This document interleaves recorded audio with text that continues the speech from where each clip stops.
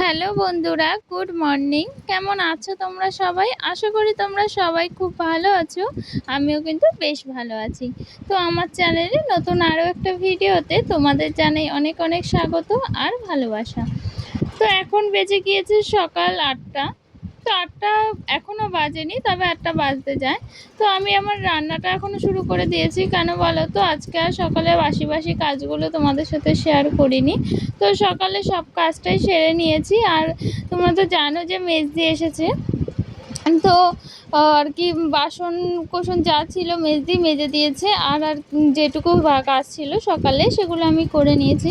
তো বাসি কাজকর্ম দুজনে মিলে আর কি হয়ে গেছে তাড়াতাড়ি।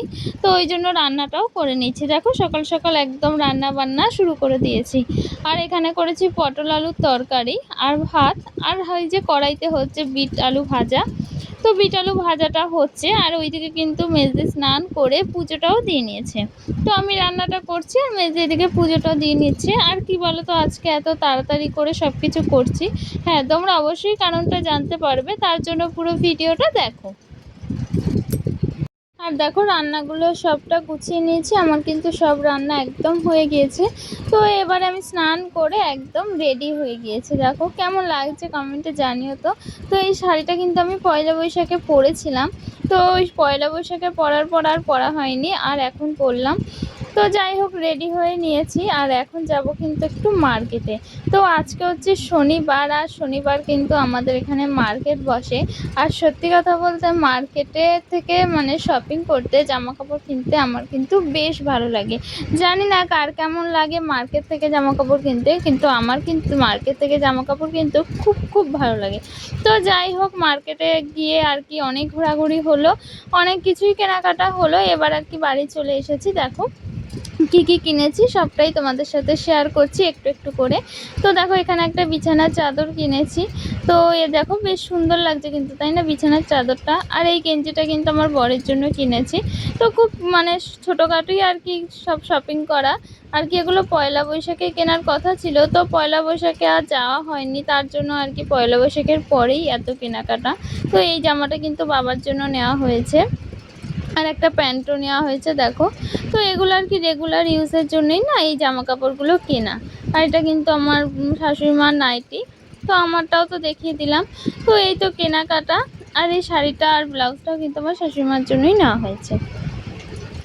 তো মেজদিও কিছু কেনাকাটা করেছে আর কি, সে মেজদি চলে যাবে তাই আর কি ব্যাগটা গুছিয়ে নিয়েছে। তো চলো জামা কাপড়গুলো তো দেখিয়ে দিলাম। আর এইদিকে কিন্তু আমি মার্কেট থেকে এসে কুবলুর ভাতটাও বসিয়ে দিয়েছি।